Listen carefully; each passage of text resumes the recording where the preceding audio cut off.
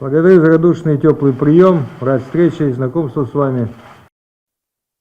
Korea Utara mengundang delegasi Rusia yang dipimpin langsung oleh Menteri Pertahanan Rusia Sergei Shoigu pada Rabu 26 Juli 2023 di Pyongyang. Selain delegasi Rusia, pemerintah Korea Utara juga mengundang perwakilan pejabat Cina. Mereka diundang untuk menghadiri perayaan peringatan 70 tahun gencatan senjata Perang Korea di Pyongyang yang lazim ditandai dengan parade militer besar-besaran.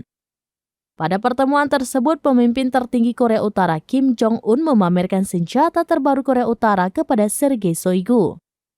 Senjata yang dipamerkan termasuk rudal balistik antar benua atau ICBM Hwasong. Hwasong diklaim berhasil saat diuji April silam.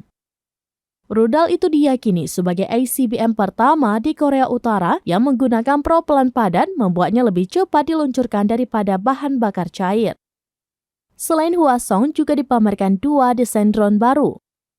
Korea Utara menyebut satu di antara drone yang dipamerkan adalah pesawat nirawak yang mirip drone serbu utama yang digunakan oleh Angkatan Udara Amerika Serikat. Kunjungan Shoigu datang di tengah tuduhan bahwa Pyongyang memasok Rusia dengan senjata untuk digunakan dalam perang di Ukraina. Tuduhan ini dibantah oleh Pyongyang dan Moskow. Rusia dan Cina adalah sekutu lama Korea Utara.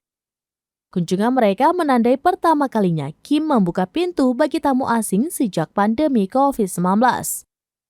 Terakhir kali Pyongyang mengundang delegasi pemerintah asing untuk parade militer adalah pada Februari 2018.